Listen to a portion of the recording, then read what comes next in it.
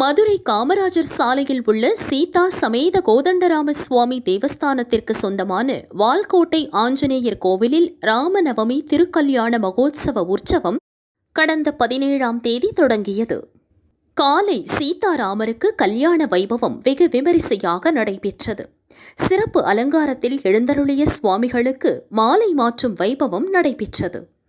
ராமர் சீதாவிற்கு திருக்கல்யாண நிகழ்வுகளை சௌராஷ்டிரா சபையினர் செய்தனர். ஏராளமான பக்தர்கள் கலந்து கொண்டு சுவாமி தரிசனம் செய்தனர்.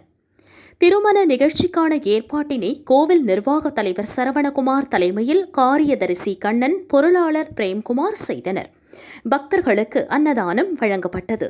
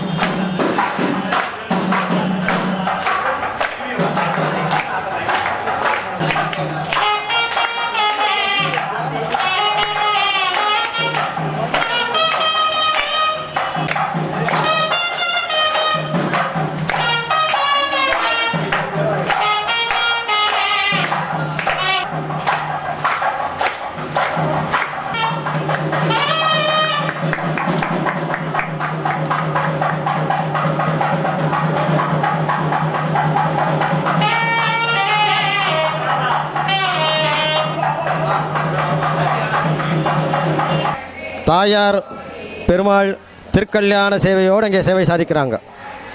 பரிவார மூர்த்திகள் விசேஷமாக நரசிம்மர், தன்வந்தரி, சத்யநாராயணன், ஆஞ்சநேயர், அதே போல் கணபதி, நவகிரகங்கள்லாம், சக்கரத்தாழ்வார் ஒரே சன்னதியில் எல்லா மூர்த்திகளும் பிரதிஷ்டையாகி மிக சிறப்பாக நிர்வாகஸ்தர்கள் நிர்வாகம் செய்து கொண்டு அனைத்து உற்சவங்களையும் நடத்தி வருகிறார்கள்.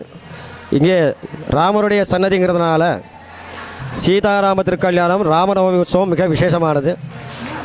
மற்ற நாட்களில் ஆவணி மாதம் உரியடி உற்சவம் நடைபெறும். மார்கழி மாதம் வைகுண்ட ஏகாதசி பெருவிழா நடைபெறும். அந்த மார்கழி மாதத்தில் திருக்கூடர வழியில் இதே மாதிரி மாலை மற்றல் நடைபெறும். இப்பொழுது திருக்கல்யாணம் நடைபெறுகின்ற எல்லா பக்தர்களும் விஜயம் செய்துள்ளார்கள். எல்லா பக்தர்களுக்கும் சீதா சமேத கோதண்டராமர் சகலவிதமான க்ஷேமத்தையும் அனுகிரகம் செய்திட வேண்டும் என்று பிரார்த்தித்துக் கொள்கிறோம்.